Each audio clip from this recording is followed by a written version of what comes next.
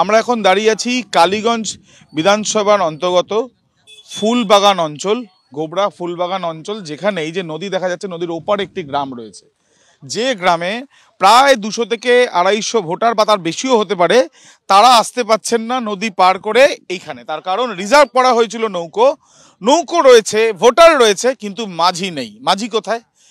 ইতিমধ্যে যারা এখানে রয়েছেন তাদের সাথে একবার আমরা কথা বলবো। দাদা একটু শোনেন, সেটা হচ্ছে যে আপনারা কোন গ্রামের বাসিন্দা? আমরা ফুলবাগানের নদীর ওপারে? হ্যাঁ। কোন নদী এটা ভাগীরথী। তো কি হয়েছে, মানে আসতে পারছিল না? ভোট দিতে আসছিলাম, দিয়ে নৌকো পার মারতে গিয়েছে, নৌকোটা এক যারা ছেলে মাঝি পড়ে গিয়েছে, জলে ডুবে মরে গিয়েছে। দিয়ে আর আমাদের পারে কোনো রাস্তা নাই, ঠিক আছে।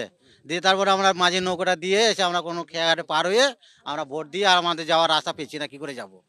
এই ঘাটে আরো রয়েছে ওখানে যারা আসতে পারছে? লোক আছে, প্রায় 150-200 লোক আছে। 5 টাকা করে অনেক লোক আছে, আসতে পারে। কত লোক? তাও প্রচুর লোক হবে, 50-60টা বেশি হবে, 50-60টার উপর হবে। আমাদের এই যে 252 নম্বর বুথ, এই ফুলবাগান, এই ফুলবাগানে আমাদের গঙ্গার ওপারে 300 জন ভোটার। এই ভোটাররা ভোট দিতে আসে এপারে, মানে স্কুলে ভোট। তা আমাদের ভোটাররা হঠাৎ নৌকায় ভোট দিতে আসছিলেন, হঠাৎ রহস্যজনকভাবে মাঝি জলে পড়ে নিখোঁজ হয়ে যায়। এটা আমাদের কাছে একটা রহস্যজনক মনে হচ্ছে।